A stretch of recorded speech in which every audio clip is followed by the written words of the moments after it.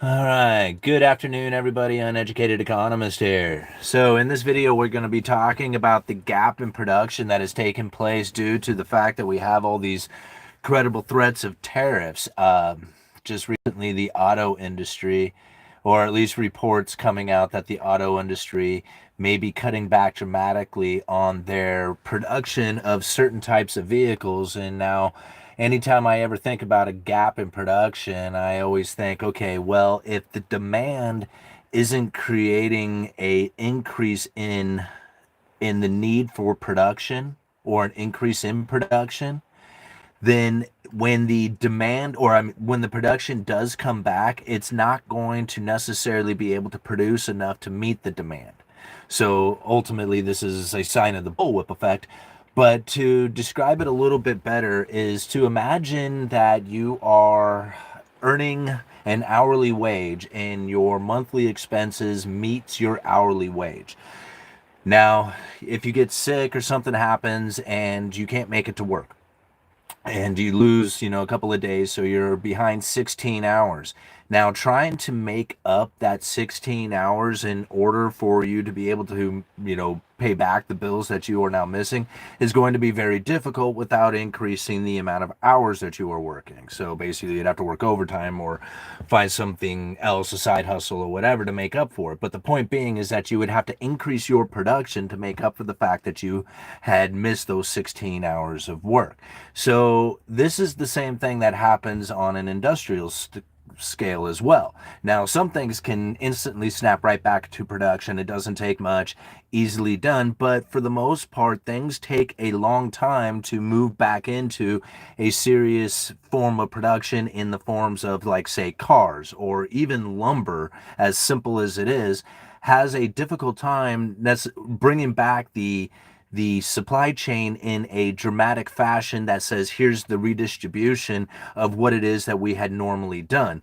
There's a lot to it. So to understand, like, all the different logistics that go into production, and you put a gap inside of that, trying to reestablish and fill that gap back in is very difficult without increasing the production itself, like how much the business is going to invest back into it, how many people they're going to hire, how much more equipment are they going to get in order to make up for that gap. Okay, so thank you all for joining in. We got 81 people watching right now. I left a bunch of links down in the description to kind of give you some examples of how this is going to work. Now, part of this is the tariff. To understand it, it's the tariff threat that is really pushing a lot of people's behavior to change. And to even kind of give it an example here, some of these headlines that I left down there for you. Um, let's see here. Where's one of them? Here we go. Home builders negotiate pause on lumber tariffs. Right. So now all this threat of lumber tariffs that are hitting the economy and hitting the people, they've put a pause on it. It's not going to go into effect until April 2nd now. Right. Before, it was almost instantaneous, going to happen on Monday. Right. Then it was going to happen in 30 days. Now it's going to happen April 20th or April 2nd. However, people's expectations of the tariffs are already starting to impact their behavior, right? So now they are changing the way that they are conducting themselves. Here we go. Tariffs to add as much as $10,000 to the cost of the average new home. This is what Trade Association says. This is coming out of CNBC. So now we take this into consideration that there's going to be this added $10,000 cost from the tariffs that are going to be implemented, but yet these tariffs aren't going into effect until April 2nd. However, people may take this into consideration today. It costs $10,000 today to build a house, or an increase of $10,000 today to build a house, but that's simply not the case, right? I mean, you can think about it really, like, you could probably increase the cost of building a house by $10,000 by simply changing the cabinets or the flooring that you put down, right? I mean, it's a lot of money, but in the grand scheme of things, in building a house, $10,000 really isn't that much money. And now, when you consider the lumber portion of things, lumber aspect of the building the entire house is really just a small portion of it, right? And now, when we think about the lumber that comes from Canada and how much we actually consume from Canada, it's quite a bit. Now, I read reports of 35%, and there's some people who are saying 50. That's simply not accurate. From what I have gathered and the information that I have received, it's somewhere between 20 and 25%. Now, that is for the framing lumber. That's for the lumber that they use to actually construct the house. There is all kinds of other forestry products that are imported from Canada that are not used for framing lumber. Right? They're not used for the actual construction of the house. They're used for trim, they're used for siding, it's used for all kinds of other purpose, but not necessarily that of constructing the house. The construction of the house portion of the forestry industry coming from Canada, from what I have gathered, is somewhere between 20 to 25%. And now, so when you think about it, here in the United States, we've been in massive mill curtailment for over a year. There is definite room to increase production, increase, say, shifts, like, and add another line. The only thing that I see that would really hold up lumber production is the kiln drying facilities themselves. So to understand like lumber production and increasing lumber production, there are kilns, which are big giant rooms that the lumber is put into. It's heated up, it pulls all the moisture out of it, and now it's dried lumber so it doesn't warp and twist and crack. It's already done all that stuff. Right. So this is something that would bottleneck the lumber industry. But really, when you think about it, nothing's happened yet. There is no bottlenecking of lumber, right? If lumber prices were higher and the demand was higher, then you would definitely see mills firing it up production. They would increase, the amount of inventory that is out there. There is plenty of room to move. The fact that there could the idea that there could be this tariff on Canadian lumber is very, very concerning, but actual like limitations to what it's going to do to us here in the United States, I find that very low. Like, it's not going to create this crazy havoc or anything like that. However, people don't see it that way, right? Go on down to this one. Local lumber industry reacts to shifting tariffs, right? Nothing's happened yet. But they're reacting. It says right then there, reacts to shifting tariff. What does it say in that? Let me just open up this article real quick and read it.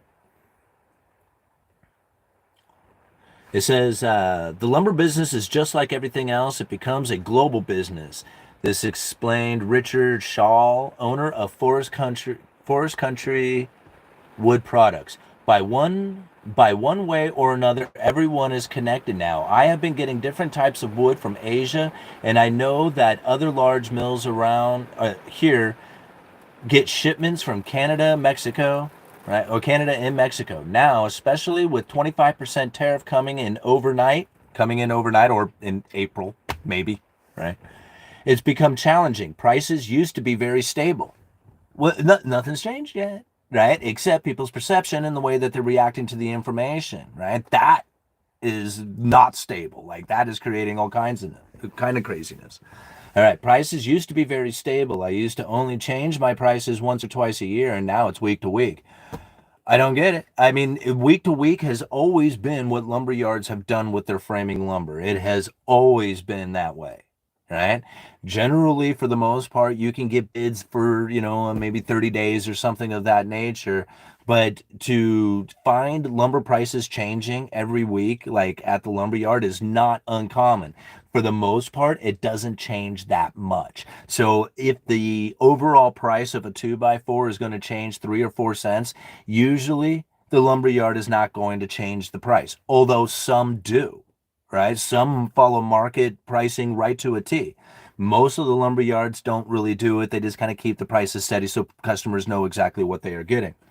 But ultimately, those prices can change day to day simply off of the lumber futures price or the current, lumber retail price that they are getting quoted for replacement costs. Okay, let's move on here a little bit. Okay, S&P expects massive halt to auto production due to tariffs. And now this is what really triggered this video, is by reading this one right here.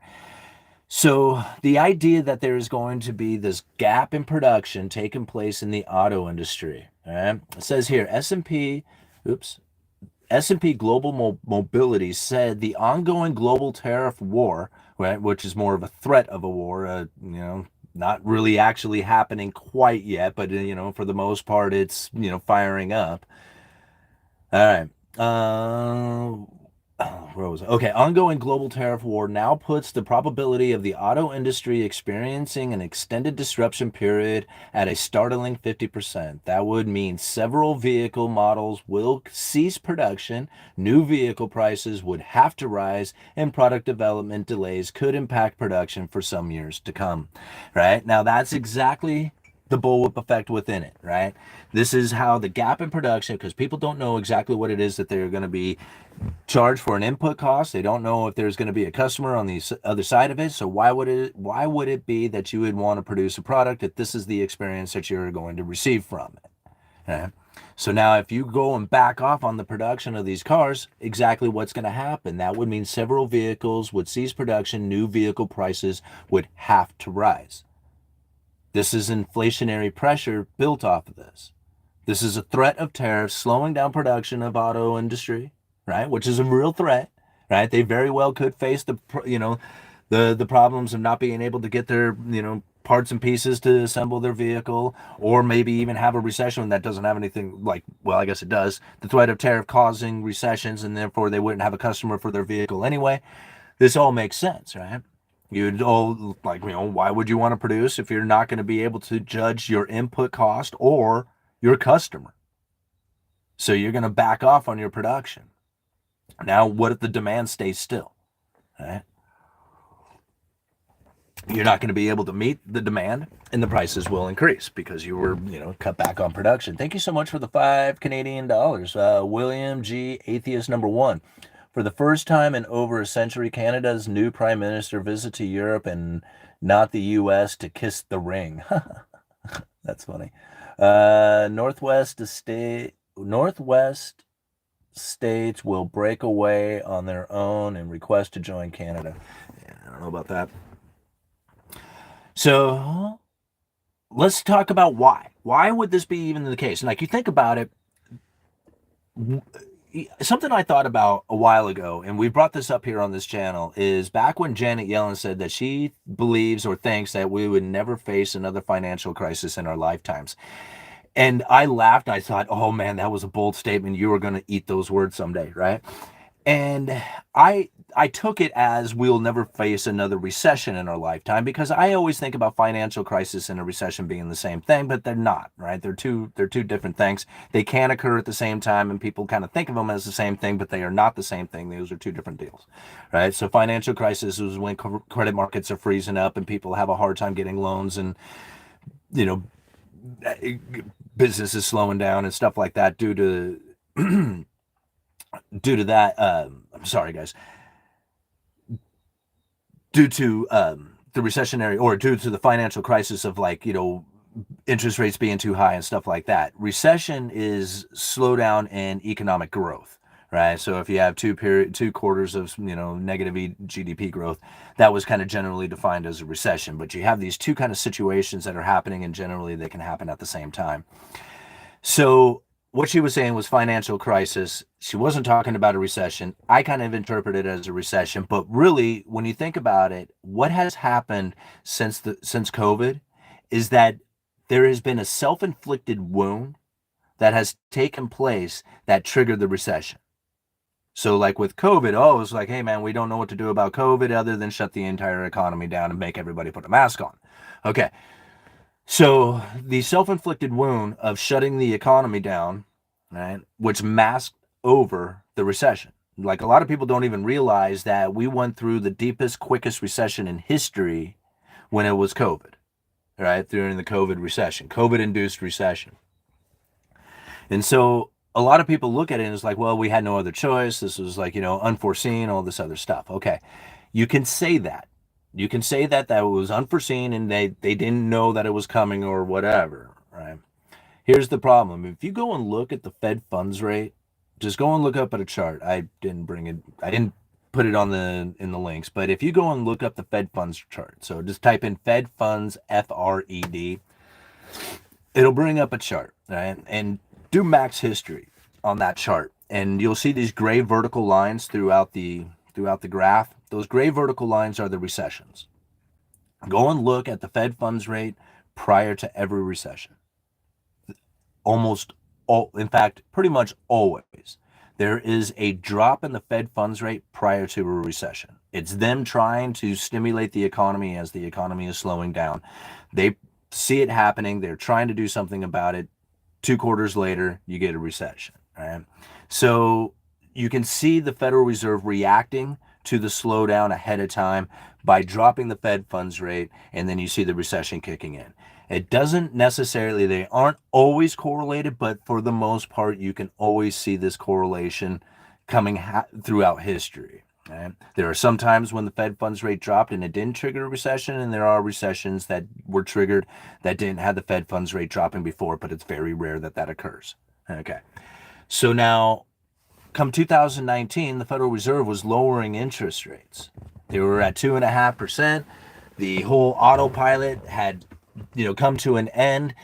I remember Peter Schiff was saying that the Federal Reserve had done an about face. Like, that's what the big news was. The Federal Reserve's about face, right? Because they had reversed without any kind of real reason for it. And then a few months later, boom, here we are, into the depths of COVID and, all the issues that came from that, and shutdown of the economy, and then we fall into recession. So ultimately, by the federal funds rate, moving down, it was essentially predicting a recession, but then COVID hit and it was the cause of the recession. In fact, you saw back then it was COVID-induced recession was just about in every single headline out there. Right? So it wasn't necessarily a COVID-induced recession. It was a recession that was going to be taking place. COVID has happened to be at the right time. They just blamed it on COVID, and now they have an unusual and exigent circumstance in order to deal with the economy. Right? See, if they were just going into a normal recession, they wouldn't have had that unusual and exigent circumstance of COVID.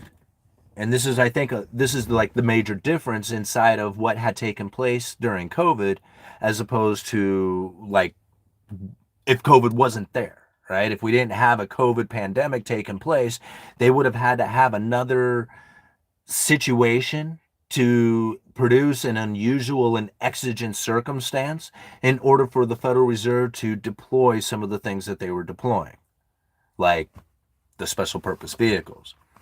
Now, I know a lot of people will use the argument that says, well, if it wasn't for COVID, then they wouldn't have had the need to do any of that stuff. But I argue against that, saying that, no, we were moving into a recession and they didn't have the ability to stimulate the economy because of the lower bound of zero and the low neutral interest rate. Like, they were screwed, right? And if the economy started to slow down and fell into a recession and we didn't have an unusual and exigent circumstance like COVID, they would have had to come up with some other game plan in order to stimulate the economy. And considering that they had just gone through quantitative easing 1, 2, 3, and 4 and failed to produce enough inflation to actually stimulate the economy in a way that they were looking for, they were done. Like, their monetary policy was not going to work. Right? Because they couldn't lower interest rates any further. And how is it that you're going to just go out there and just print up a bunch of money like quantitative easing if you don't have the unusual and exigent circumstance like COVID? Just like, how does that work? You can't. So with the COVID pandemic taking place in the unusual and exigent circumstance and the Fed 13.3, which gives them the ability to launch those special purpose vehicles, they were able to backstop every corner of the financial market and carry the economy onward. This was a way of getting corporations funding. It got a way to give everybody stimulus checks and essentially, created a way of papering over what would have been a recession that they could not have done anything about, considering that they didn't have any room to stimulate the economy with. This is the problem that they were facing. And so now today, when I think about the situation that they are in, they are not anywhere near the lower bound of zero. Right? They're well above it. And every time we hear some inflationary pressure that is coming, it's raising the neutral interest rate. So now if the Federal Reserve stands still with their Fed funds rate, and you can create an inflation expectation that is elevated, and I was reading this earlier, in fact, let me type it in here. Inflation expectation as at a high, what was it, inflation expectation is a 1991 high, so it's higher than it has been since 1991, if I was reading that right. And this is the expectation, not talking about inflation, and they're talking about inflation expectation being incredibly elevated. And this is true. I mean, just look at all the articles that are out there thinking about the tariffs. So if you can raise the inflation expectation, it will draw the neutral interest rate ever higher. If the Federal Reserve stands still, it will make less restriction to the economy. This is something interesting to think about. Like, everything is kind of backwards in its sense. Like, it's almost counterintuitive to what you would normally think, right? That if you have an inflation expectation that is elevated, then that would slow the economy down. But if you have an inflation expectation that is elevated and it starts drawing the neutral interest rate ever higher, it makes the restriction on the economy less because the Federal Reserve is standing still. And the gap between the neutral interest rate, which is the rate where they are neither accommodating nor restricting the economy, that starts to shrink. If you can increase the neutral interest rate ever higher, it will meet the Fed funds rate where they are not restricting the economy at all.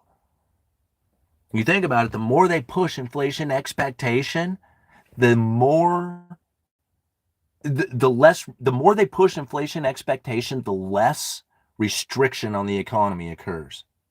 And this is mind-boggling to think about, I know, right? But you give it time and you're going to see this. You're going to see mortgage rates come down and buyers coming back. In fact, it's already happening, right? Mortgage rates coming down, buyers coming back to the market.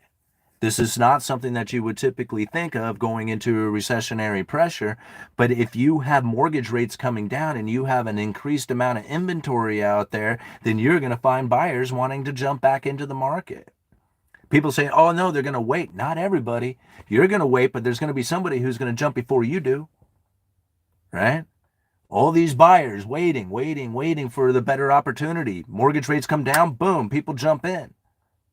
Right? You're going to wait for better mortgages than this, right? But not everybody's going to. And every time those mortgages come down, the mortgage rates come down, more and more people start coming into the market, right? Because there's pent-up demand. You can't necessarily see it out there because people have backed away from being a buyer. They're like, hey, man, I'm standing on the sidelines. But you bring them an opportunity that's more, they'll jump back in.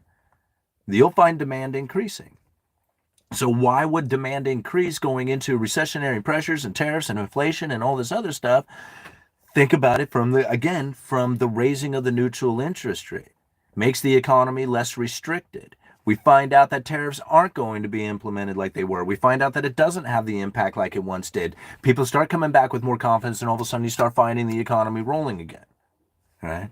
Because nothing ever really actually took place except for the credible threat of it, which is totally working. Like, that is working. I think about it inside of the lumber industry all the time. People, I don't know how many contractors I have talked to nowadays who are so concerned about the lumber prices moving up because they're gun shy from what had happened a few years ago. And I'm thinking to myself, man, it's not the same game. It's not even the same story that was taking place. In 2019, I was reporting on mill curtailments and shutdowns and inventory depletions on a massive scale. I was reading articles about places like 100 Mile that were completely devastating generations of families up there that had never done anything else. That's all they did, right?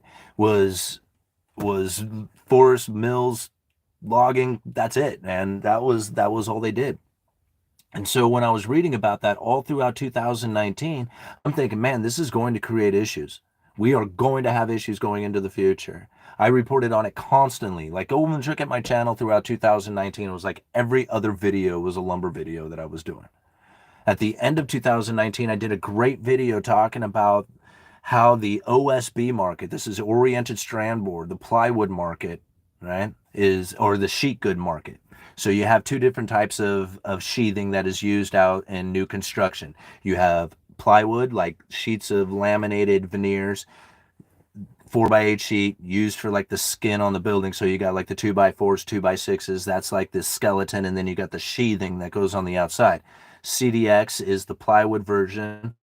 OSB is like chipboard. It's like little tiny pieces that are all glued together. This OSB market is very popular in new construction, especially down in the southern part of the United States. Here in the Pacific Northwest, we have rain sensitivity. Plywood is a little bit more durable, so usually plywood is the preferred sheathing. However, OSB is a very popular product, so it's not like it's not used here. However, down south, very popular product, more prevalent down in that area. I was reading articles and finding limitations within the OSB production that was going to be pulling literally hundreds of billions of square feet of OSB off the market. Hundreds of billions of square feet pulled off the market. This was reported at the end of 2019. In fact, I think it was November of 2019. Go and check out my channel. It's a great video, all right? So here I'm reporting of OSB manufacturing pulling hundreds of billions of square feet out of production, and then a couple of years later we got CDX and OSB selling for $80 a sheet. Went from $20 a sheet to $80 a sheet. OSB should be selling for like $10 a sheet, right?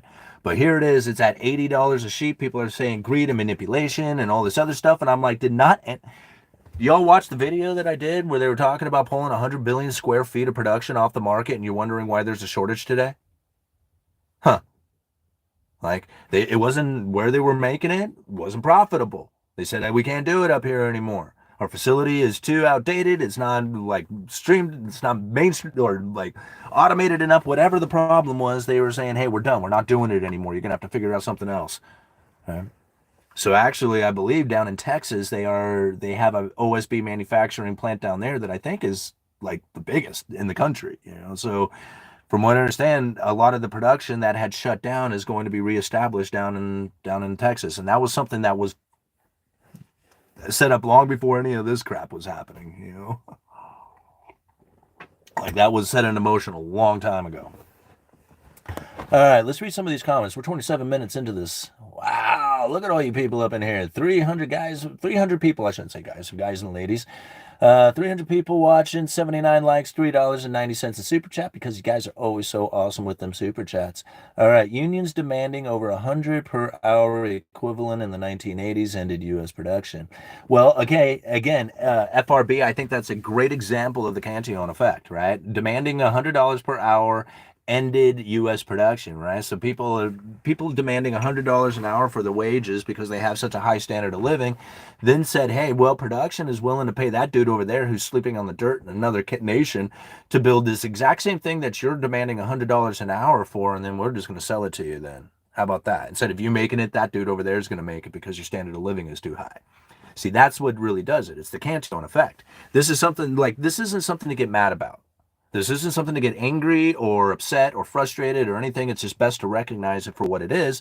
That way you can make the best and most appropriate decisions for yourself based on it. We can say, hey, it was a politician's fault. It was, greed and manipulation and all this other stuff. Yeah, that stuff is true. And all that stuff exists. But however, understanding that it is a symptom of the overall problem, and it's not even a problem, it's a symptom of the overall economic force that has taken place. And if you want to try and fight against the economic force, you're going to have to understand that it's going to take ever-increasing amounts of ever-increasing amounts of effort to push against the economic force that has taken place. So, for example, if you wanted to keep production here in the United States because you want to get paid $100 an hour, now you have to have tariffs and subsidies within your production, which can then keep your job here in the United States. Hey, great, man, love it. I want $100 an hour. I want to have a high standard of living. I want to buy my own production. I think this is a great deal.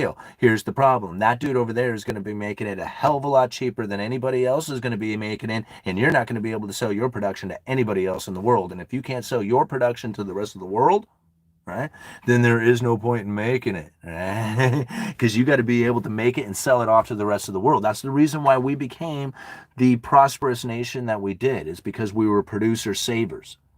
We were in a nation back in the 40s, 50s, 60s. Think about it. It was the highest standard of living in the entire globe, producing some of the world's greatest stuff, distributing it out there to the world, and the world was sending us their money, and we had a higher standard of living from it. That right there is the only way that you can have a strong and middle class, right? That's the only way, by having a production-saving nation. The moment that you have moved out of that, it's over. It's not going to happen anymore, because in order to bring that production-saving nation back into its heyday, you have to lower the standard of living to compete against the rest of the world, because you have to sell your product to the rest of the world. The United States is not in a position to do that. We are in a position to produce a consumer. We buy the production of the world and we issue out debt, U.S. Treasury debt, and we sell that to the world. And the world sends us their stuff. Think about it. We produce literally nothing, right, but U.S. debt, and the world sends us real stuff. Why? I don't understand why we would want that to end. I understand it's not a good system, right? I understand it's horribly, like, when you say it out loud, it's just like intuitively it seems like dishonest and wrong and all this other stuff. But think about the awesome way of life that we get by sending the world nothing, and the world sends us all their production and their natural resources and all their hard work and all that, right? And we get mad about it. I don't get it. Like, to me, like, I mean, I understand the moral consequences and the ethics behind it and all that other stuff. Like, I get it, right? However, this is part of the Cantillon effect. This is how it goes down. I mean, if Richard Cantillon can describe this from hundreds of years ago, then there's no reason to believe that it's not going to take place again. It's going to look very different. I mean, we got airplanes and cell phones and all kinds of stuff that Cantillon could never have envisioned back in his day. Right? But it doesn't change the economic force that are underlying. All right, let's read some more questions here. All right, cruise down to the bottom. We got, what is it, Francisco? Oh, I'm sorry, guys. I can hardly read. The gray line part of the names, it just blends into the background. I can hardly see it. Okay, U.S. exports account for only 11% of GDP. U.S. is considered a relatively closed economy. Yeah, and I agree with that. And so this is part of understanding, like, Triffin's dilemma. This is why I always try to push 4 economic theories. Right? The 4 economic, these are not my theories. These are theories that you can go and look up at yourself, Google them. Triffin's dilemma is probably one of the key things to understand on why it is that we had to get off the gold standard, and why it is that we are now in a position in which, like, 11% of exports, I don't know if that's exactly accurate, but I wouldn't doubt that, right? But this is like, understanding how we moved into this position, it's to also understand that it's not something that's going to be repaired, right? When we produced all the world's greatest stuff, right, and we sent all this great stuff out to the world sent us their gold. And then we ended up with all the gold. Now, the rest of the world was going, hey, we're a little pissed because you have all the gold, and we are having difficult times doing transactions because essentially we can't do transactions if you have all the money. Right? Like, hey, I want to buy some milk. Can I buy? No. Why? Because I don't have any money. Why? Because America has it all. Right? The United States had all the gold. So now the rest of the world is going, okay, we're going to need something to do transactions with because we're a little pissed out here with you having all the gold. Well, the United States was in a position in which that they could say, hey, it's kind of difficult to use gold. It's heavy. It's hard to move around. How about we use these paper Federal Reserve notes?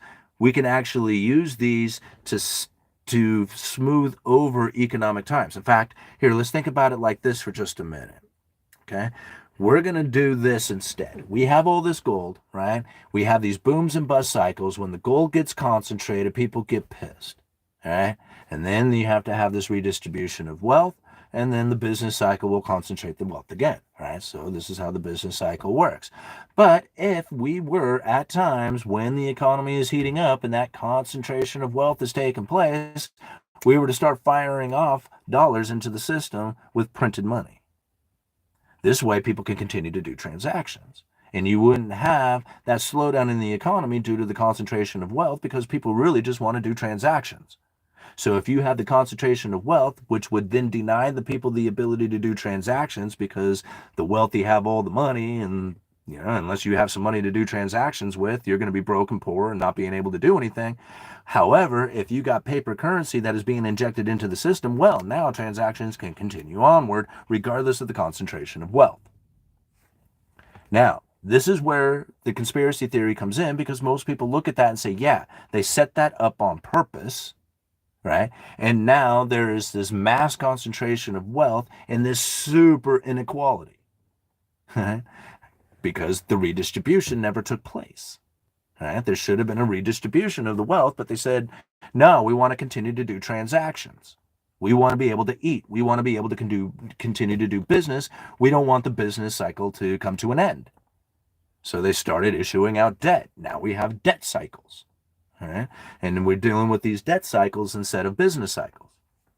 Well, everybody looks at, the ending of the gold standard and not really looking at how it is that the ending of the gold standard was a necessity for the United States, the existence of the United States. Like, here we are, we produced the world's greatest stuff. We concentrated the wealth. It was time to redistribute, and Nixon says, nah, no thank you, we're going to keep it, all right? And everybody gets mad at him, saying, hey, you ended the gold standard. And it was just like, yeah, if he didn't, all that gold would have left the United States and we would have been suffering in poverty and misery. Hey, I mean, if that was what happened, that's what happened. I mean, I'm, one way or the other. I mean, I got to deal with my life however it is. But that's ultimately what would have taken place. And Nixon was like, no, we're not going to do that. All right, we're going to keep that gold and you all can use this debt-based currency instead. How about that? And the world was like, no. And they were like, well, you don't have any other choice anyway, so whatever. You could say no, but you're not going to have anything else to do with it. People were pissed. Carter was having a hell of a time dealing with that. This is after Nixon. All right? In fact, it was so bad that the dollar was hated so much by the world for doing this that Jimmy Carter administration, the U.S. Treasury, was issuing out U.S. debt that was due in German marks and Swiss francs. Kid you not, like the United States had to take out debt. They borrowed money with the promise that they would pay back in a foreign currency because people just didn't trust the dollar anymore. If you want to, people were like, hey, United States, piss on you. Right? If you want us to lend you money, you could better pay us back in something other than your stupid dollar. And so Jimmy Carter and his administration and the U.S. Treasury was like, okay, how about Swiss francs and German marks? And the people were like, all right, that's what you're going to do. So this is what, the United States had to go through after severing itself from the gold standard. People hated it. But then they realized as time went on, man, they want to do transactions, they want to eat. And the United States was issuing out a U.S. Treasury debt by the early 80s that was worth 15%. You get a 15% return on your by lending money to the U.S. Treasury, or to the U.S. government, essentially, through U.S. Treasuries. The whole world was like, hell yeah, right? And so they started loading up on it and started using the dollar more for world transactions. It wasn't the only currency doing it at the time. It was just the most prevalent one. The more that the United States went into debt, the more U.S. treasuries that they were issuing out, the more that the foreign buyers were holding them, the more that they started using them for world transactions, and then the more the demand for them started to increase, and the more the United States continued to go into debt and became the world's greatest debtor in the history of time. People should not have accepted the dollar in the first place. Right? Way back when the Federal Reserve says, hey, we could smooth out the business cycle, they should have said, nah, we'll deal with the business cycle as it is. Concentration of wealth, redistribution of wealth, we'll deal with that, right? I mean, it'll happen every, 5, 6, 7 years, whatever it's going to take. It'll be devastating. You'll see soup kitchens and stuff like that. But whatever, we're not going to accept your Federal Reserve note. All right? That's what the people should have done if you didn't want this situation to have occurred. However, that's not what they did. They decided to use the Federal Reserve note. Every time they got it in their hands, they were saying, thank you. Instead of saying, no, I'll take the silver certificate, I will take these change, and you can have that Federal Reserve note back until you come back with a silver certificate, you still owe me. All right? But they didn't do that. They took the Federal Reserve note and said, thank you very much, I'm going to go buy some bread. All right, moving on. And see, this is the thing about this. When I talk and I describe these things, this is how I see it. It's not anything that I wish it was, could have been, shouldn't have been, or anything else like that. This is just the way it went down, right? If we had stayed on a gold standard, cool. If we didn't, fine, right? It's not up to me to decide that. It's up to me to decide what it is that's happening out here so I can make the best decisions for myself. I have very little faith in our government to make the appropriate decisions, whatever that would be, because the appropriate decision for me would be different from you. Right? We have to remember that. All this information is so that you can gather it to make the best decisions for yourself. This is what we're doing. People out there saying, no, you need to figure out what it is that you can tell people so that they could do something with their lives. And I think this is it. There is not a single person out there who can give you a general answer that's going to give you the answer to everything, right? It's so funny when I see that out there because people will ask me a general question and look for a specific answer. They say, is now a good time to buy silver? And I'm thinking, sure, why not? Dollar cost average all the time. Anytime's a good time to buy silver. And they're like, well, no. I mean, do you think that silver's going to go down in price? And I was like, well, that wasn't the question. And then again, what are you expecting if it does go down in price? Are you looking to sell it later on? Oh, no, I'm going to give it to my kids. And I'm thinking again, well, why do you care what price it is? Your kids aren't going to care what price you paid. Right? Like your kids are not going to like, he paid $26 for this one and $32 for that one. And they're not going to do that. They're not going to care. They're going to be, how many do you have? That's it. Period. End of story. Right? That's the end of it. Nobody's going to care how much you paid for it, especially if you dollar cost average. Yeah. So to me, like asking a general question, like, is silver going to go down in the future or is silver going to go up in the future? And then look for a specific answer that is unique to you is very much like looking for an answer on the economy by going and looking at YouTube videos out there, waiting for that one video that's going to come up that give you the answer to everything out there that you have been looking for. Guaranteed you it's not there. I've gone through a lot of videos looking for it that way. It doesn't exist.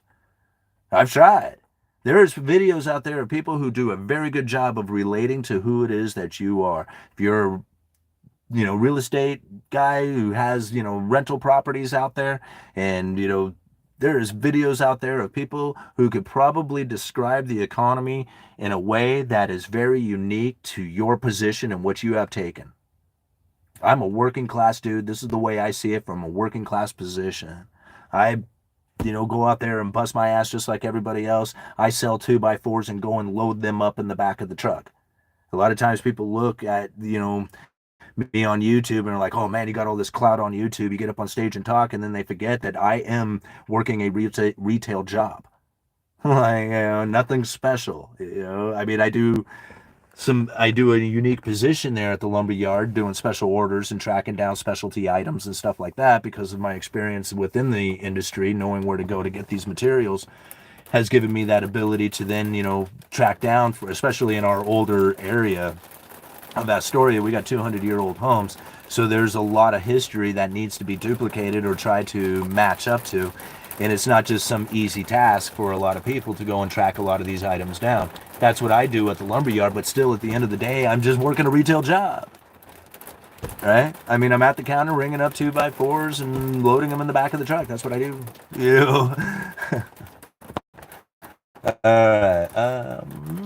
Nicholas Letter Bear 999. What's the difference to target over time? The difference between target and over time, that's a really good question because a lot of people hear the 2% target, 2% goal, 2%, I don't know, they have all kinds of names for it. However, the Federal Reserve is not going for a 2% target. The 2% target was actually something that they had taken into consideration back in like 2012, all right? So it's not even that old. Up until I guess it was after 2012, they put this statement out there that they are going for a 2% target, meaning that if inflation was running below 2%, they would try to achieve 2% by adjusting monetary policy to stimulate the economy and bringing that inflation up to the 2%. If it rode above 2% target, then again, they would adjust monetary policy to restrict it, to bring down inflation to hit the 2% target, and then let bygones be bygones, right? So if they screwed up in the past, whatever, try to maintain this 2% target, whatever it happens to be at the time. Here's the problem. They never were able to do it. Since 2012, they never once ever maintained a 2% inflation target. They can't do it. So to They know they can't do it because they already said that they tried to do it since 2012 and failed. They can't. Right? So they changed it to 2% over time, which is a 2% average inflation rate. So now 2% over time means 2% average inflation, meaning that there is going to be times in which that inflation is running below 2%, right, consistently, and then times that it's running below 2% and over 2%, so that the long run average lands at 2%. This is their 2% goal.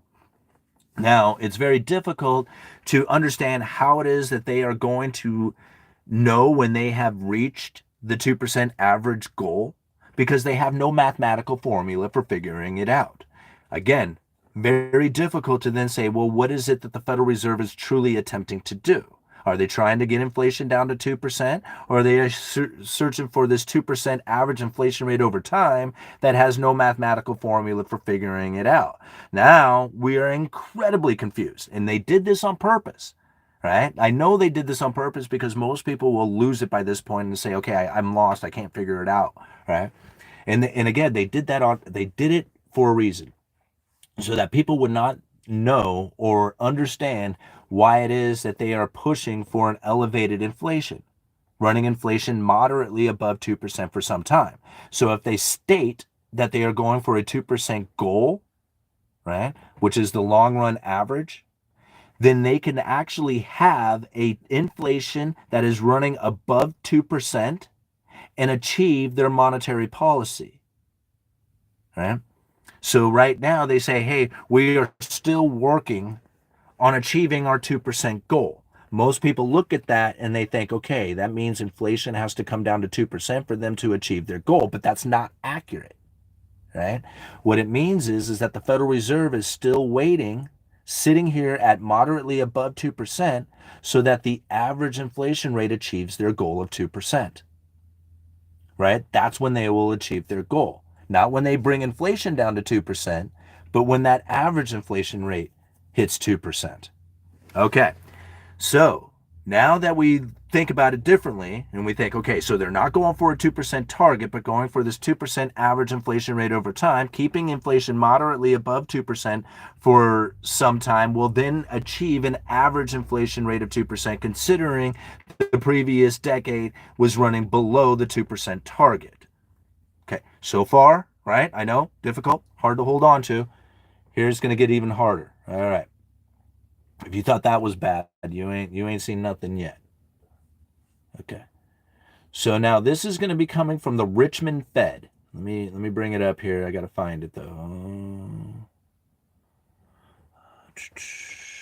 Okay. Long run average. Okay.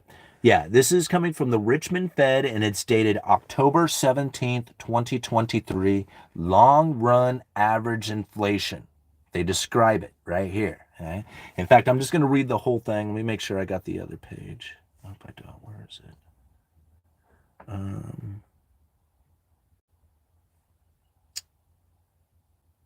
There it is. Okay. All right. So this is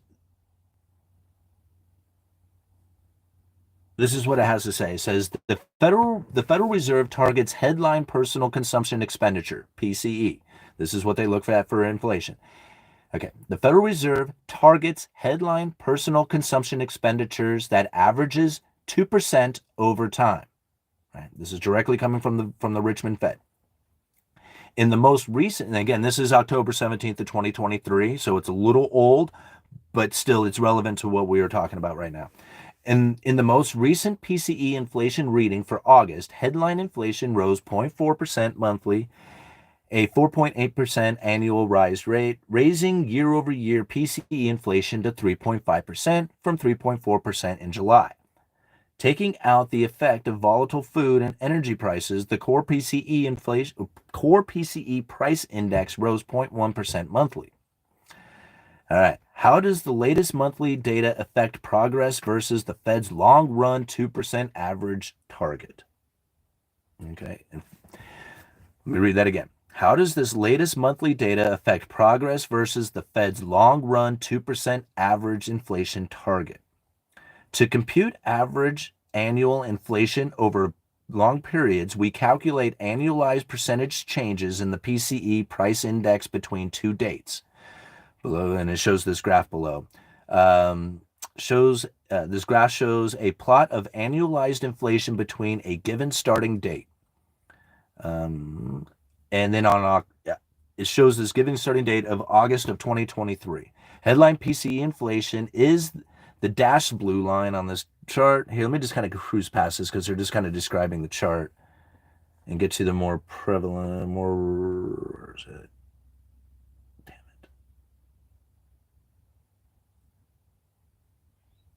it. Okay.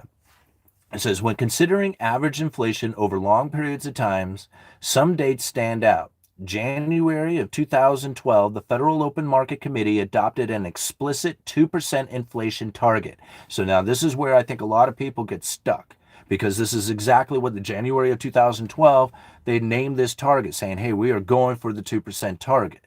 Okay? And it said this, the goal was keeping long-term inflation expectations firmly anchored at this level to support the FOMC's price stability mandate. According to the figure 1, between the date of August 2023, headline PCE inflation has been 2.2% per year, and core inflation has been 2.3% on average. That's talking about 2023. A second significant date is September of 2020. This is important, right? Because this is where most people missed it, right? Everybody knows about the 2% target, but September of 2020, everybody missed it. Right? It was stated. Some people got it. Some people internalized it. Most people forgot. Right? And then switched back over to the 2% target. But in September of 2020, the FOMC revised its statement on long-run goals and monetary policy strategies. And this is otherwise known as the consensus statement. Excuse me. In this update, the FOMC adopted a flexible average inflation targeting. Very different from the explicit 2% inflation target. It adopted it adopted a flexible average inflation targeting, seeking to achieve inflation that averages 2% over time. And stated that, quote, following periods when inflation has been running persistently below 2%, appropriate monetary policy will likely aim to achieve inflation moderately above 2% for some time, end quote. All right. Since the revised statement was released, headline PCE inflation has run at a pace of 5% per year, and core inflation has run at a pace of 4.4% per year on average. Okay. Now, this is going to come down to the most important part of this piece of document right here. And again, you guys can go and find this for yourself. October of 2023, Richmond Fed average inflation rate.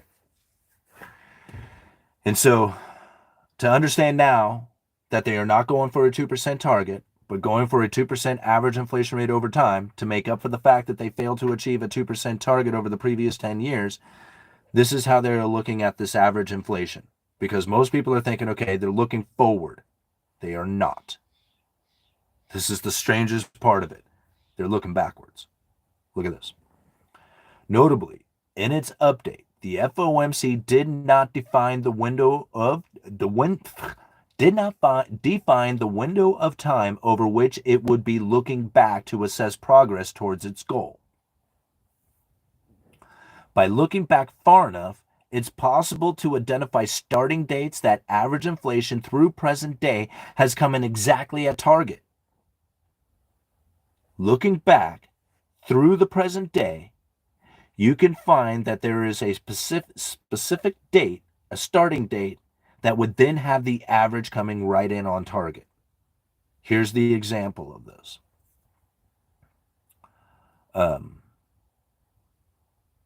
For example, when considering inflation from October of 2008 through August of 2023, headline PCE inflation averaged 2% per year on average, right on target. Again, this document is a little old, right? But at the time that it came out, it was saying that the inflation that we had been experiencing, if you are looking backwards, so like, Most people are thinking, okay, so at what point are we going to hit the 2% average inflation rate? And they say, okay, well, we have to look back to somewhere in 2008 and to present day, the average inflation rate came in at 2%. So now they look at 2% target as how far back and at what date back there is the 2% target found. Isn't that strange? Isn't that strange to think?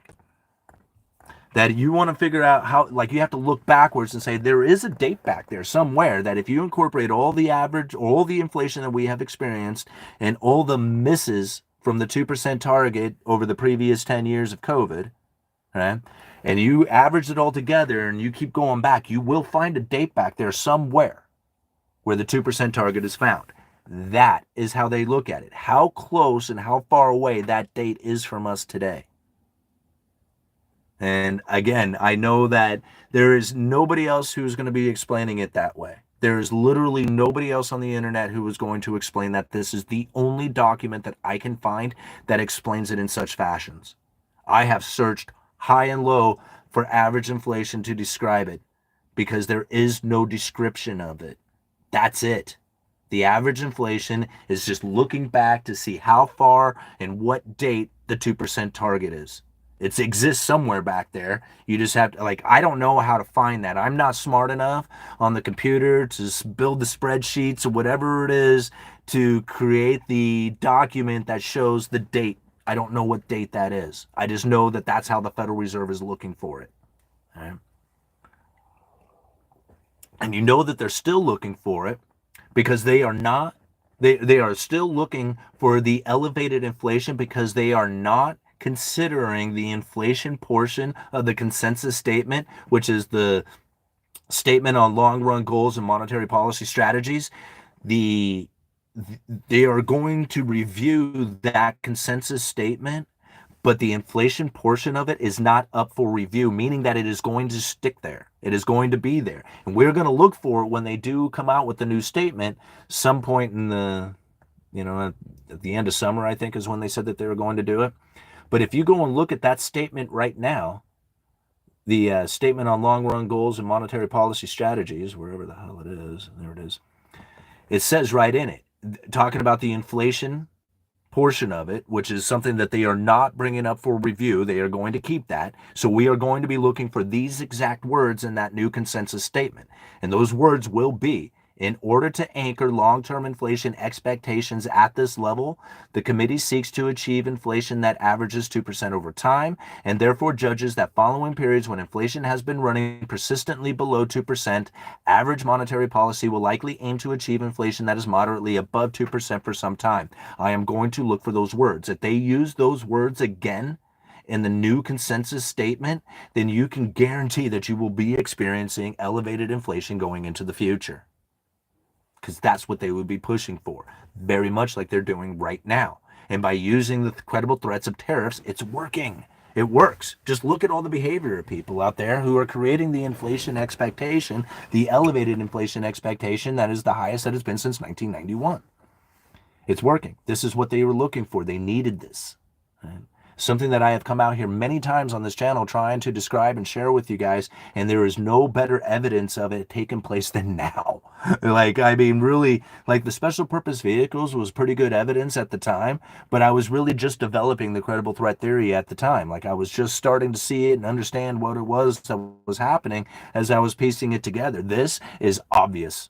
This is if you have been internalizing the credible threat theory with me this entire time, all these tariffs and stuff, I got people who are emailing me constantly doing, dude, you were so right. You're so right about all these things. And they have all these articles that they send me and stuff that are proving the case. And I know, right? I'm not trying to say I'm bragging it up I know or whatever. I'm just listening to the Fed make these statements and I have no expectations. None. I'm not invested. I'm not trying to do business. I'm not doing any of that stuff. I'm just literally coming out here and sharing thoughts and ideas on YouTube. That's it. Okay? And so to me, I have the least biased information out there when it comes to this stuff because I have no expectations of it going up, down, or sideways. I don't care. I care, but I don't care what it does. I have no whether it goes up or down doesn't make any difference to me at the end. It's just another thing. It's just going to be another video to do. You know? All right, let's read some of these. Who knew the end of existence was? We know it was all over egg prices. Monopoly, not so much. Candyland, Scrabble, and checkers. Unfortunately, yes. Our neighbors were going to pay the $75 fine for having chickens till they realized it was per chicken. All right, the egg has everything need in life. I only care for retirees. Well, to be honest with you, Kirk, if that's the position that you're in, I don't blame you, man. All right, that's the greased ham horgone. Barnyard animals are not usually allowed in the city limits. Yeah. Sell your apartment for a non-HOA house.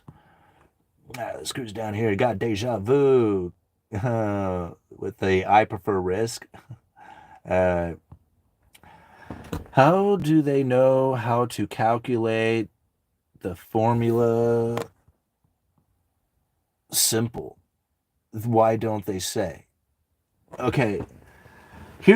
Why don't they say? I think that's the biggest question. Like, why don't they just describe this the way that I'm describing it to you? Like, why are they hiding it? And the reason why they're hiding it like this is because if they were to describe it to you the way that I'm doing it, then it wouldn't work. It would fail. Like, the whole thing would come undone, because you wouldn't fall for it. Like, the credible threat of tariffs that elevated the inflation expectation right now would not work.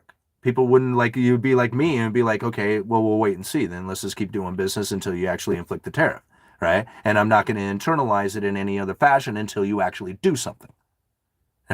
Now, most people don't do that. Most people go like, oh crap, I'm going to pull my hair out and do a bunch of panic shit, right? And then I'm going to create an inflationary scenario because of the threat.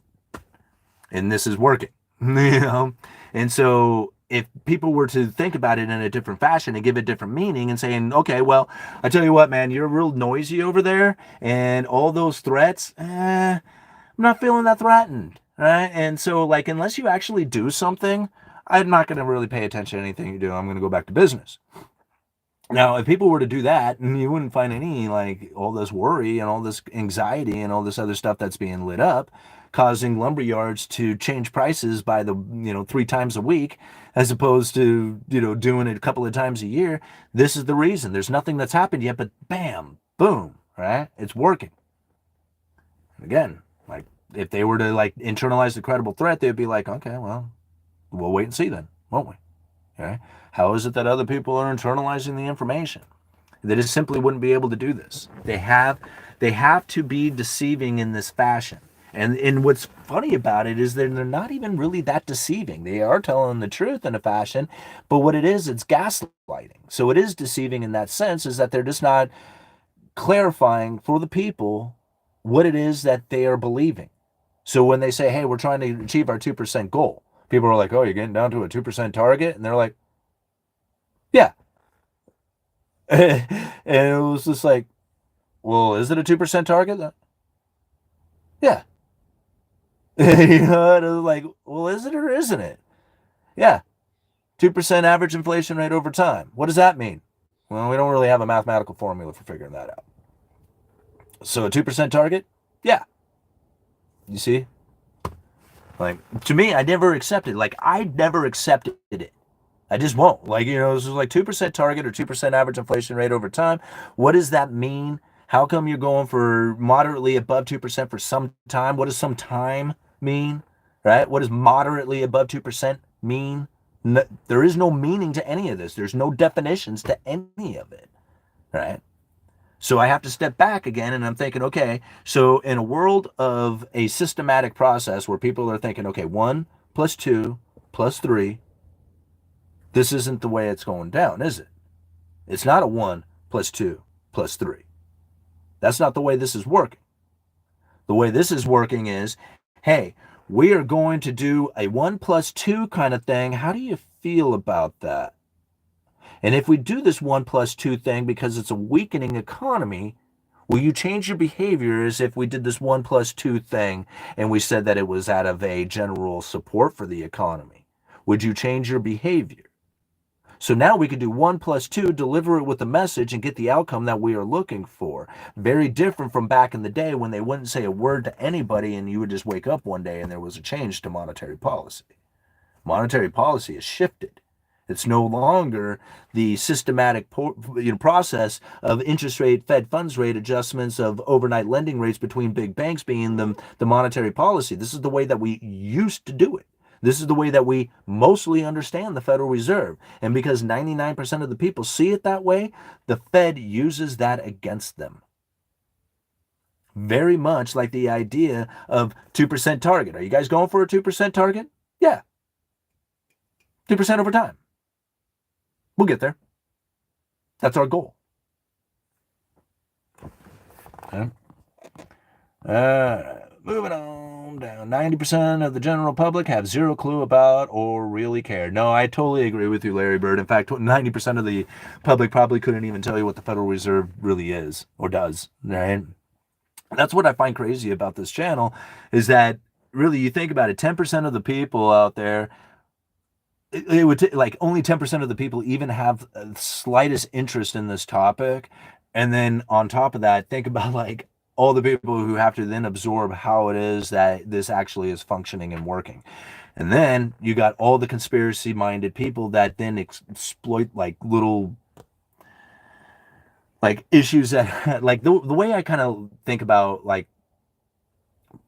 the whole conspiracy minded or the conspiracy theorist minded is a lot like, you know, I really enjoyed Alex Jones when I was listening to him. He had a lot of information. The only problem is he would take like this little tiny bit of information and just blow it way out of proportion.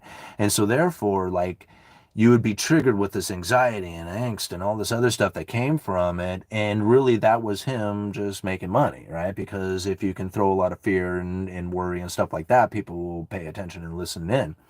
But it's not like the information itself was any different than somebody who was going to deliver the information and say, hey, you know, this is the information, and then give it like some outlandish meaning behind it. Right? So again, like most people who are studying economics have a very difficult time going and like sitting down and reading something that is incredibly boring, right? To internalize the information, like all the documents that I had read to try and find all the different places that I have found where the Federal Reserve has talked about keeping monetary policy elevated, right? It took a lot, like reading through boring documents. There was nothing exciting about it. It was like, you know, sitting there watching paint dry or something of that nature. And so when somebody else is out there trying to do research and they're like going on YouTube or they're going out there, unless it's something that has some triggering kind of communication to it, something that gives them some sort of elevated feeling of fear or, you know, worry or something of that nature, they're probably not going to even look. Right? So now most people who are getting information are getting fear and anxiety based, you know, conspiratorial information, because that's what those people who are delivering the information need to do in order to make money.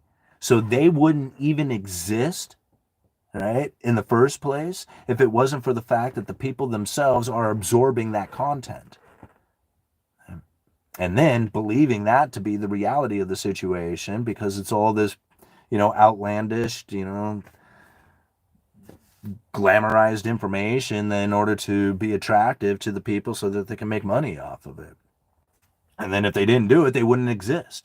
Right? Much like my channel, like I've put out some kind of fear triggering titles lately, and I love finding comments that talk about the title as opposed to the video. Right? So they didn't watch the video; they're just going off the comments and off the title and they comment about it. But if I didn't do those titles, then they wouldn't get half the views they do. Right? It could be the exact same video. I don't change. Like me, myself, I don't change the way I do videos. I do them exactly the same way every time. Right? I just come out here and I just be me. That's easy to do. Like I have no problems coming out here and doing live UE stuff because it's, you know, it's very natural feeling for me. So I don't have to think about it or I don't have to, you know, try. It's just something that just flows. It's just the information just flows right through me. Now, when it comes to trying to find a very descriptive title that is also going to be one that people click on is very difficult. Like, I put descriptive titles out there because I want people to know what it is that the information is going to be inside of the video. I do that and it might get 3,000-4,000 views if I'm lucky. I can put out the exact same video with a triggering title, triggering thumbnail, and it'll get 20,000 views. Now, the difference between making $20 on a video or making, 150 is literally the title. I'm going to change the title. I'm going to do it. All right? Because, I'm delivering the same information. I'm not changing. But if I need to get people's attention by triggering it with the fear-mongering title or something, I guess that's what I'm going to have to do. Because I can't spread the information to, I can spread it to 3,000 or 4,000 people, and I feel very good about that. Don't get me wrong. I'm glad the 3,000 or 4,000 people who got that information are able to use that information in their daily lives when they're doing their research on, other places to go to. I'm like, that makes my day. But I also like to make money, and I'm not taking sponsorships, and I'm not doing other things out there that a lot of other YouTubers do to make a lot of money. I'm not doing those things. I just simply go for ad revenue, and in order to get ad revenue, I need views. In order to spread this information, I need views. In order to get views, I need to trigger them with some titles. That's it. Clickbait.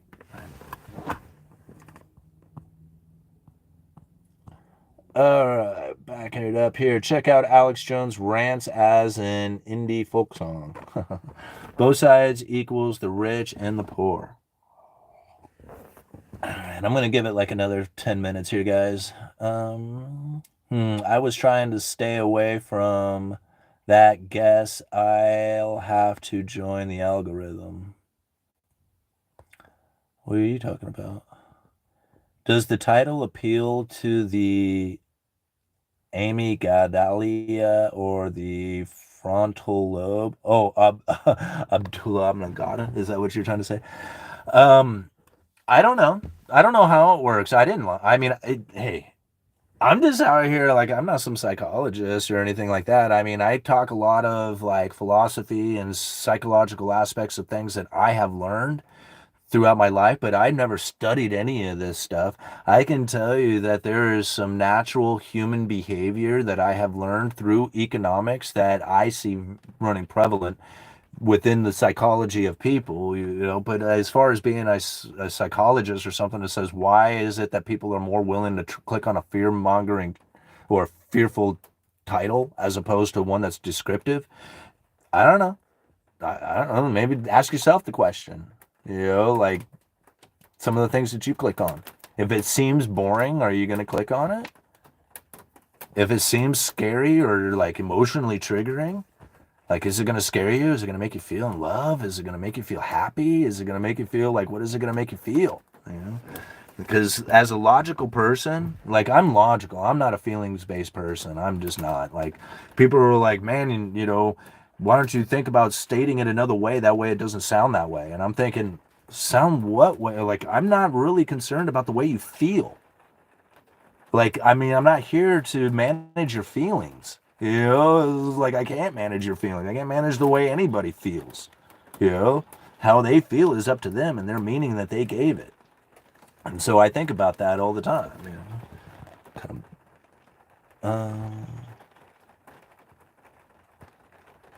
And which one do they? Yeah. All right. Yui, you don't think they'll drop rates to zero, print 9 trillion in debt? That's their plan. Why? Where in the world did you find that being their plan?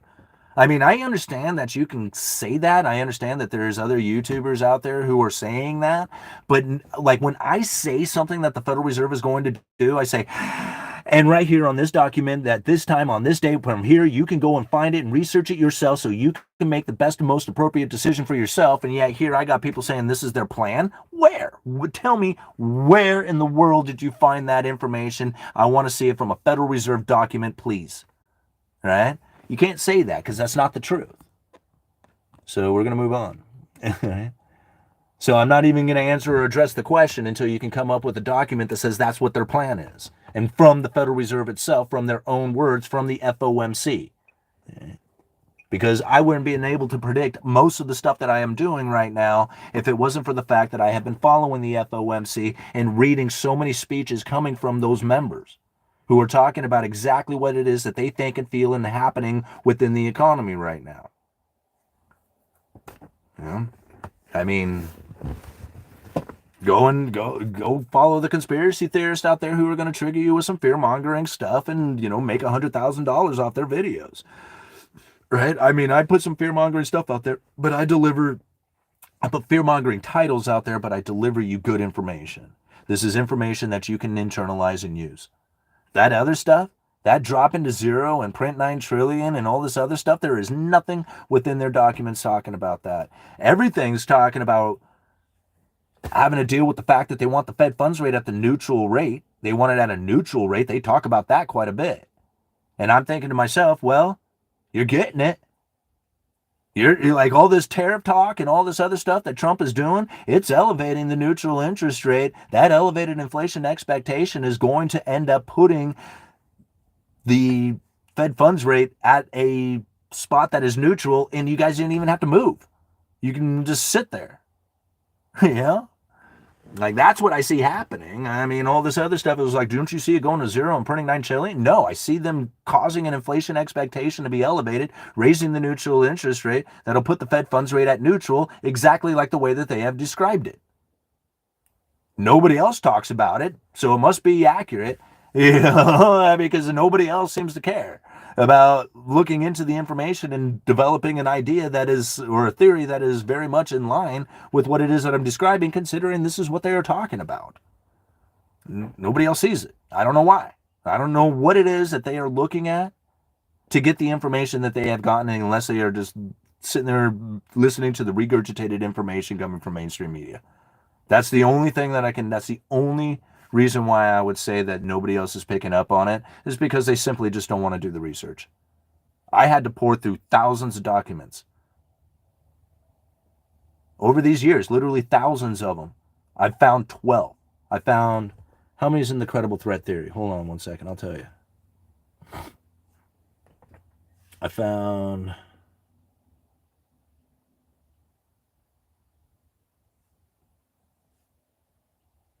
what is it? 12? 1, 2, 3, 4, 5, 8, 9. Yeah, 13.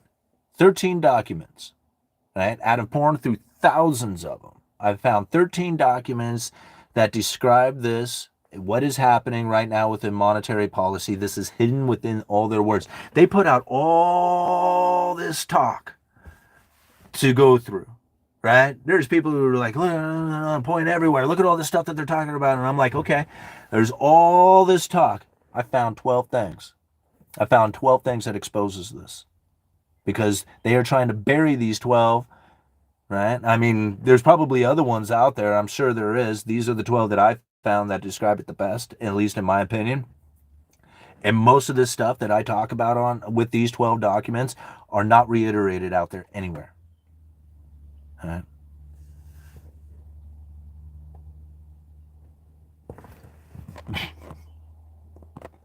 I wouldn't tell us the truth either. People don't want the truth. They want comfortable fantasy. Well, hell yeah, I want a comfortable fantasy too, man. Where do I get one? All right, Simon, when does job owning stop working? When people know that they're doing it. They don't know. Like, listen, just think about it right now. Think about how the tariffs is delivering the inflation expectation to the position in which that the Federal Reserve is wanting. How is it not working? It's like totally working. Like, just sit back and just look at it as if it is working, and then you can see all the evidence of it. If you think about it not working, or that there's other problems, or you want to give it some sort of other meaning, you're going to find the evidence of that, because you can make the information have any meaning you want. You know that, right? Like, you can give it any meaning you want and change how the meaning of that information is coming to you, and what it is that you do with it. Everything. The entire world is how you give meaning to it. Everything. It is just like, It's the same way on how it is that you manifest realities, is by giving meaning to it, giving meaning to the information that you are getting, to the energies that you have around you.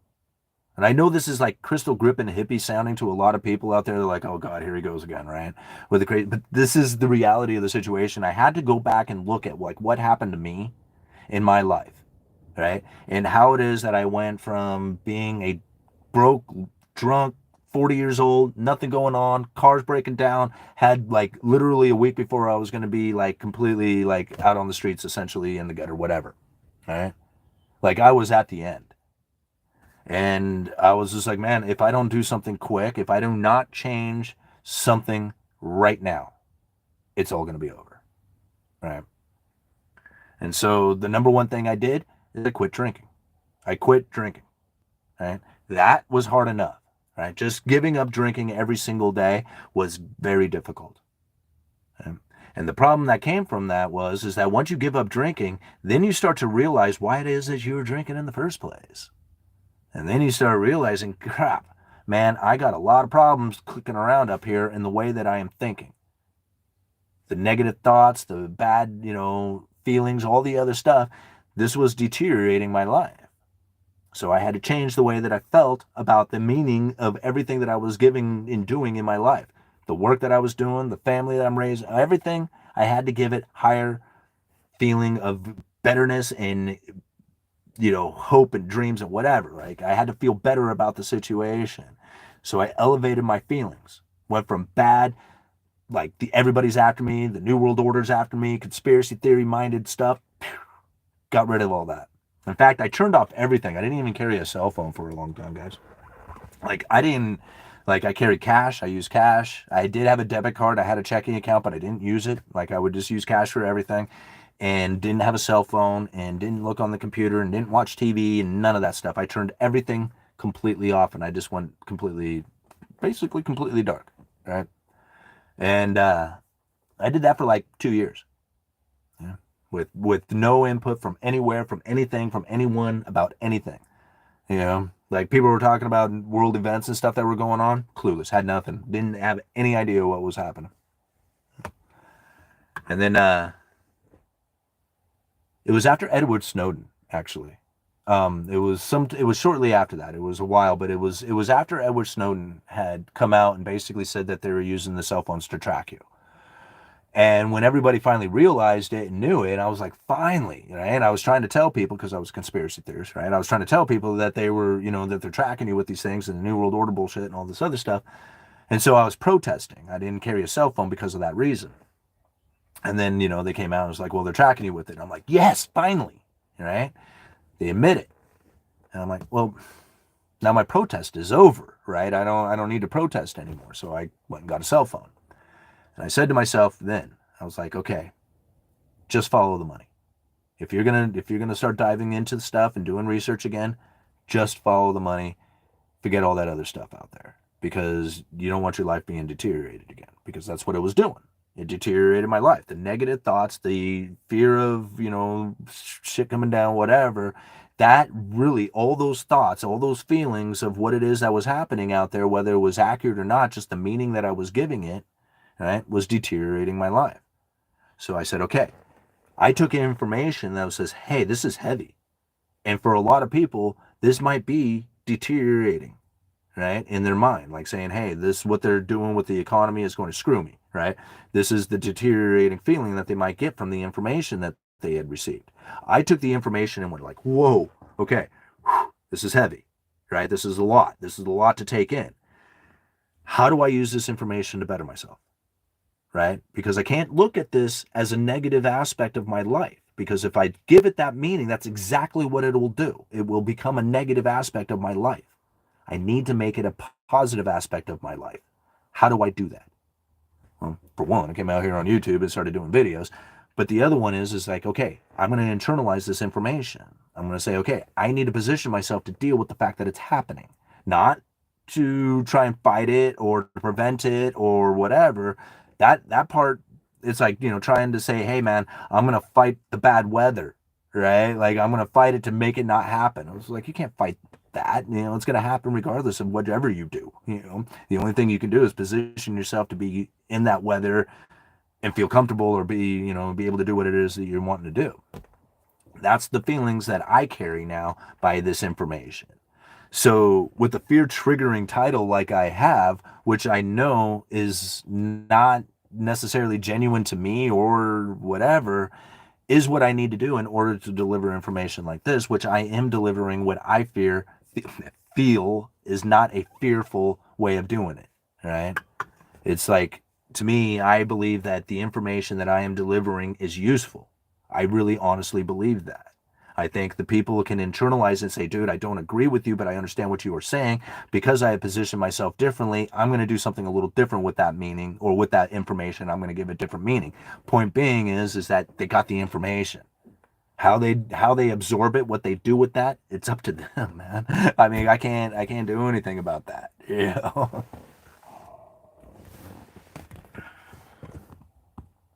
All right, let's cruise on down here.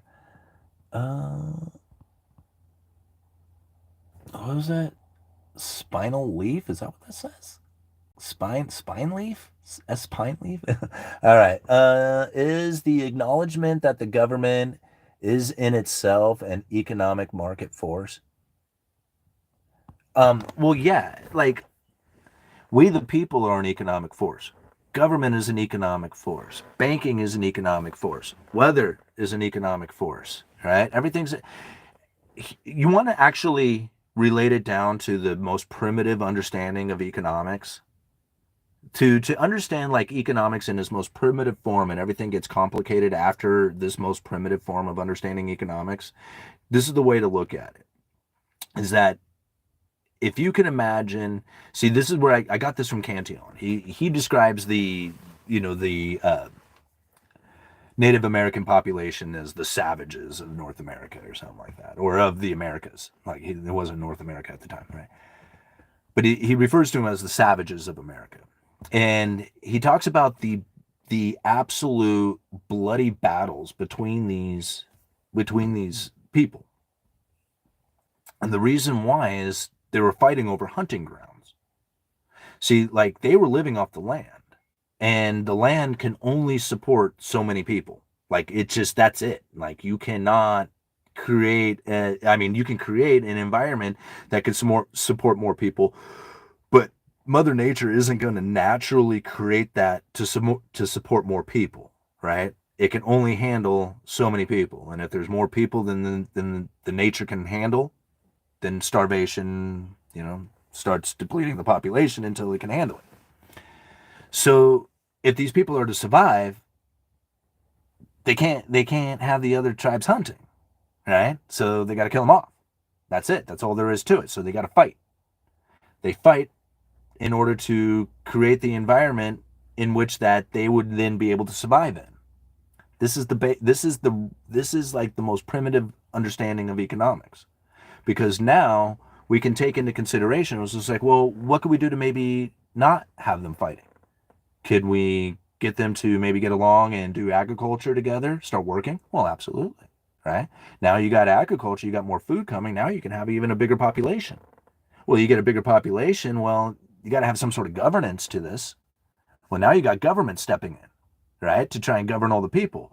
Point being is, government wouldn't have been there if it wasn't for the fact that the people had to rise themselves. So government is an aspect of it, but it's a symptom of the whole thing, right? It's like, if this continues to grow, then eventually this is what's going to end up happening from it. So, to say, is government an aspect of it? Absolutely. Government came in after the people became industrious.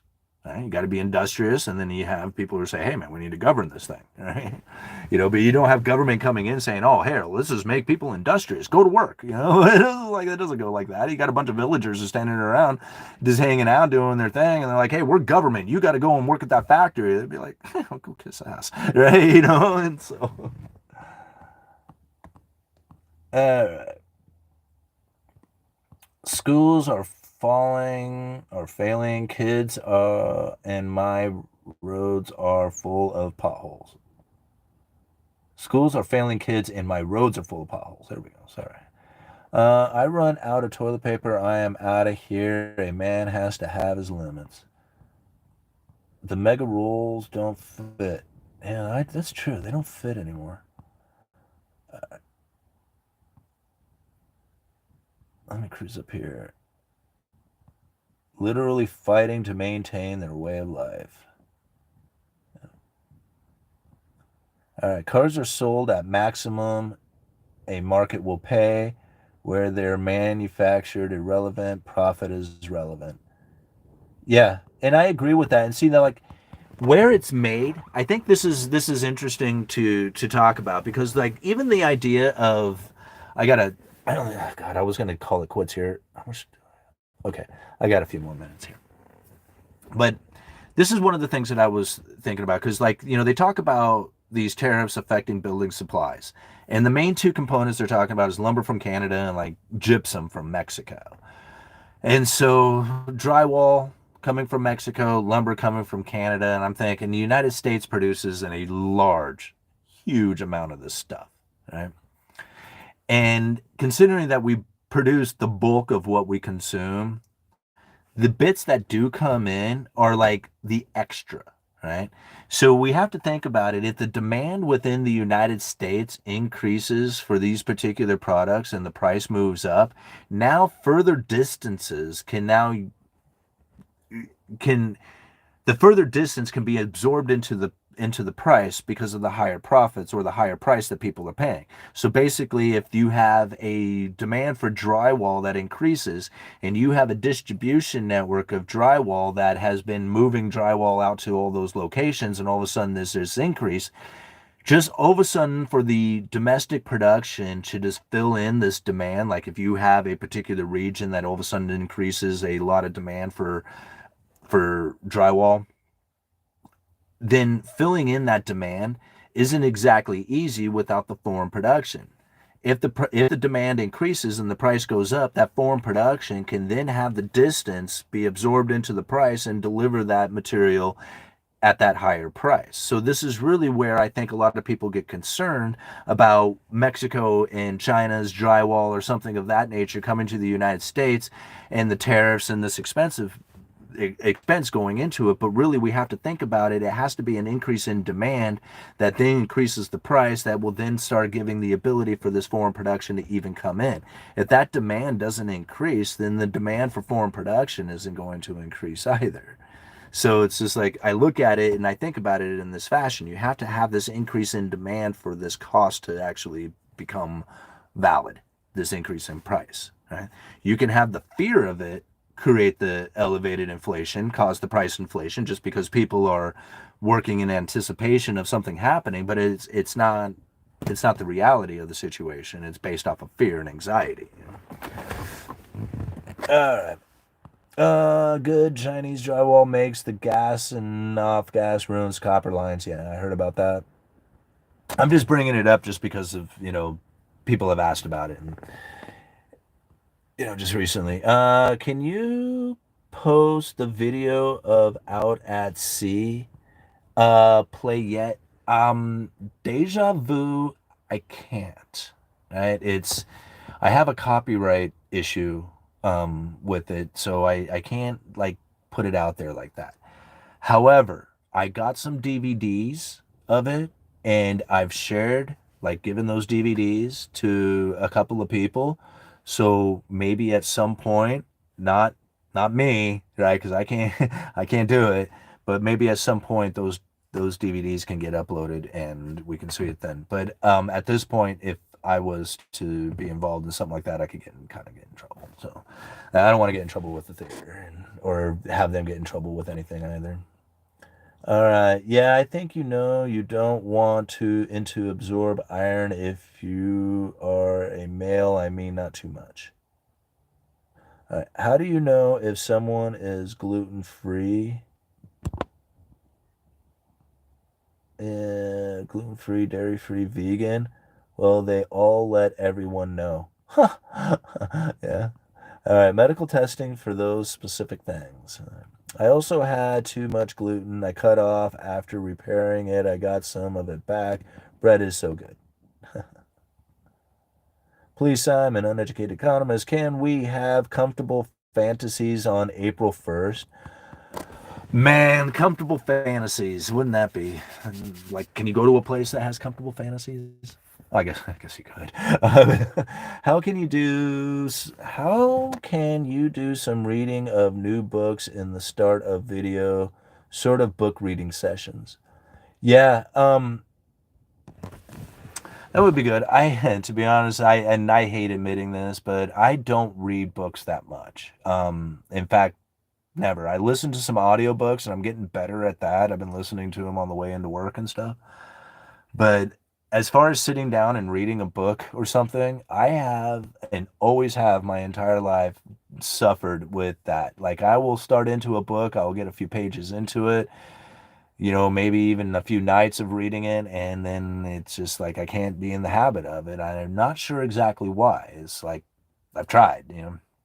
So listening to audiobooks has helped some, as far as like, listening to some stuff like that. But everything that I have learned as far as economics goes, I've literally asked questions and then gone look for the answers and look for research to find the answers to it.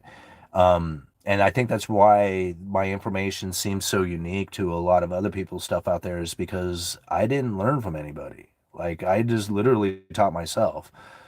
And, I mean, you can't help but to learn from other people. Like, I mean, other people put out information that you are getting. So it's just like, you always learn from somebody else.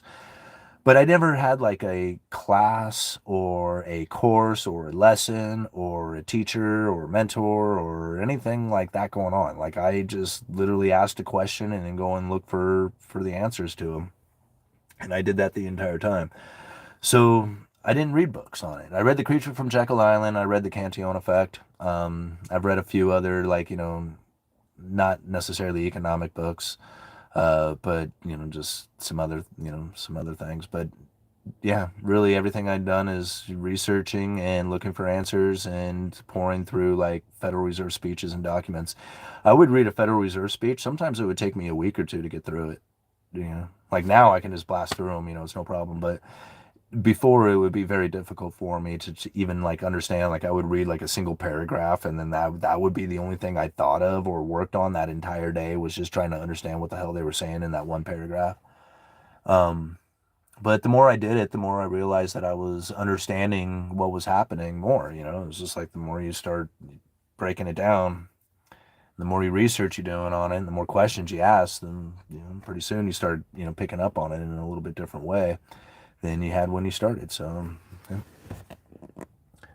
Biographies are my favorite. The person behind the policy. Yeah, those are.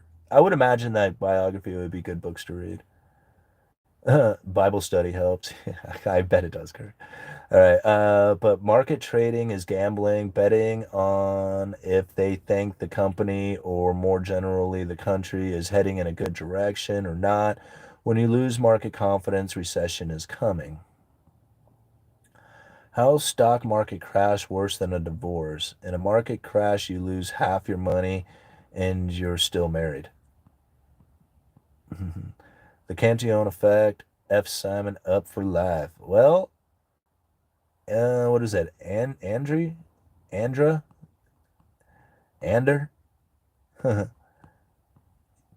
Yeah, you can find some other video to watch. I mean, to be honest with you, Cantillon has now described more stuff that I can see happening within the economy that most people have pushed off on politics or corruption or conspiracies or something else of that nature. And although that stuff exists, it's secondary and usually a symptom of the Cantillon effect. So, you think it messed up my mind. I mean, I think it's like most people's minds are already messed up. So, all right. All right. Don't tell me what to talk about. All right. Talk about tracking money, moving money to digital only. It will be the total control freezing of our accounts and donate or buy certain things. See, this is how heavy water. See, this is exactly the meaning that you have given it that is now going to deteriorate your life. See, this is why I don't look at information like that. See, you are saying it's going to track and do all this other stuff and control and freeze and screw you up and make you like a miserable person in the end. I think your ego is probably going to end up delivering that to you. I know the universe will if you continue to think it that way. Now, I know, I'm not saying I know more than you. I know more about the cryptocurrency aspect of things going back to the video that I had done before anybody was even talking about central bank digital currencies. So I take back to that information that I had delivered to you back in 2017, 18, something like that. Okay? And the reason why they're going to go into a digital currency is so that they can go into a cashless society. That's the point. And it's not to control, right? It's not to control the people's behaviors or anything else like that, which, I mean, I'm sure that's probably part of it and will be a symptom of it, and it will probably take place, but that's not the point. The point of doing it is so that they can take interest rates into a negative territory. You can't have negative interest rates so long as you have cash in the system. If you don't have cash in the system and you force everybody into a digital currency, now you can take interest rates into negative territory because they're forced into the system and they can't pull it out in cash. That's why they're doing it. Now, that's not me making that up. That's coming directly from the International Monetary Fund, or the Bureau of International Settlements, sorry. Right? And this is what they had said, talking about an e-currency in cashless society in order to bring in a negative interest rates. And they talked about that way back in 2018, before all the central bank digital currency talk. They didn't even have a term for central bank digital currencies at that time. Right? That's the reason they're doing it. All the tracking and tracing and all that other stuff and the control part of it that you're fearful of, yeah, that's a true part of it. Like, that's very concerning and can be a feature of the central bank digital currencies and the whole thing. That's not why they're doing it. If you want to give it that meaning, then it'll control you. It will screw your life up. I guarantee you it will. I know it will. Right? I know it will, because that's exactly what I used to do with the information. Okay? But understanding why they really are doing it, and then knowing that those are symptoms of the real reason, then gives you a much better position on how it is that you can deal with it. Right? I'm not scared. I am not. Like, people are like, the New World Order is coming after you. And I'm like, okay. You'll own nothing and be happy. And I'm like, oh, that's a good one. Okay, you'll eat bugs. That's my favorite, right? You'll eat bugs. Like, none of that stuff, my level of concern about that stuff is about that big. Like, no concern whatsoever. It's a fearful tactic in order to control you, and it works. It works. It deteriorates your life, and it keeps you in a low vibration. It keeps you from making money. It keeps you from making contacts. It keeps you from doing business, and it keeps you from being prosperous and moving into a position that actually threatens those people. By keeping you in fear, they keep you in lower vibrations, keeps you in lower thought patterns, and it keeps you suppressed. All right? It works every time. It works every time. I guarantee you it works every time. Right? That's why I don't give it that meaning anymore. I changed it. I changed the way I give meaning to it. Because of that reason. Because I literally gave it meaning that deteriorated my life and made me worse.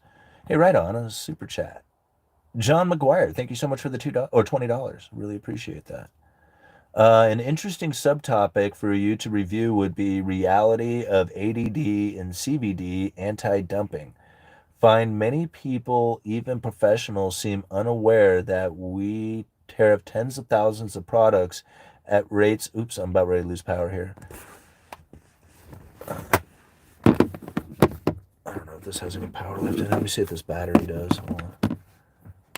The screen goes black and I can't see it.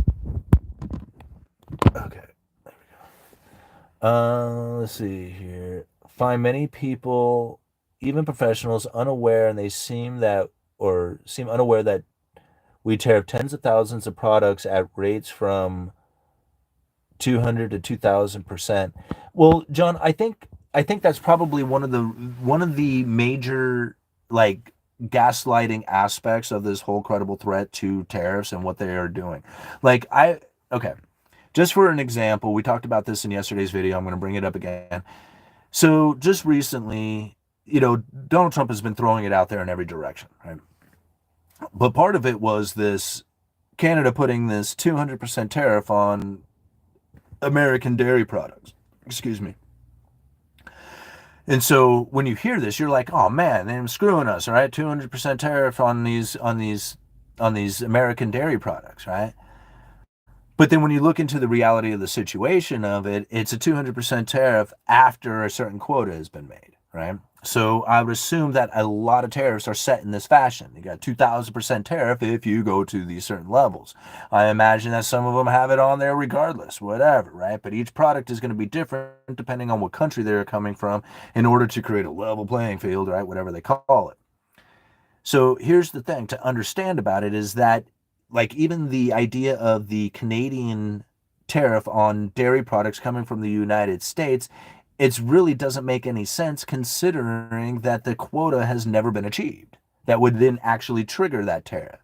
However, the fear and anxiety that comes from the people hearing a 200% tariff on it is then stuck in their head. But without the full understanding of it, they will then believe that there is going to be all this tariff on the dairy products and destroying the dairy farmers here in the United States or something. Like, happens quite a bit, and that's one of the reasons why I keep coming out here trying to describe the credible threat theory so that when people go and do the research, they can incorporate the credible threat theory into it. Alrighty, guys, my phone's dying here. Battery's dead. Thank you so much for that $20. Thank you, everybody who has hit me up with the super chat. Thank you for hitting the like button. We got 263 people watching right now with 171 likes. I really appreciate you hitting that like button. It's a way that you can support the Uneducated Economist. The algorithm picks up the video and spreads it around for more people to see. Uneducated Economist, you guys let me know. Oops.